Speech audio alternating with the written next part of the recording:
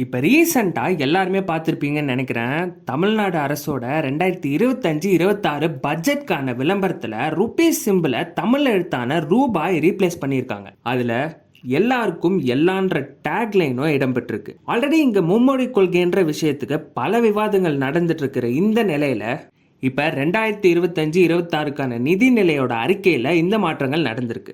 சும்மாவே நிறைய விமர்சனங்கள் வரும். அதே போல இதுக்கும் வந்திருக்கு. இதை பத்தி அண்ணாமலை அவர்கள் என்ன சொல்லியிருக்காருன்னா, ஆல்ரெடி இருந்த ருபீஸ்ன்ற அந்த குறியீடு இந்தியா முழுவதும் ஏற்கப்பட்டிருந்தது.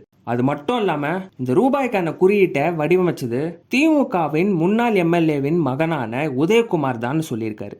அண்ட் இதை பத்தி நிர்மலா சீதாராமன் அவர்கள், இது இந்திய ஒற்றுமையை பலவீனப்படுத்துது, அதோட இந்த விஷயம் பிரிவினைவாதத்தை தான் உருவாக்குதுன்னு சொல்லியிருக்காங்க. இதை பற்றி உங்களோட ஒப்பீனியனை கமெண்ட் செக்ஷனில் சொல்லுங்கள். மேலும் சட்டம் தொடர்பான செய்திகளுக்கு நம்ம சேனலை சப்ஸ்கிரைப் பண்ணுங்கள்.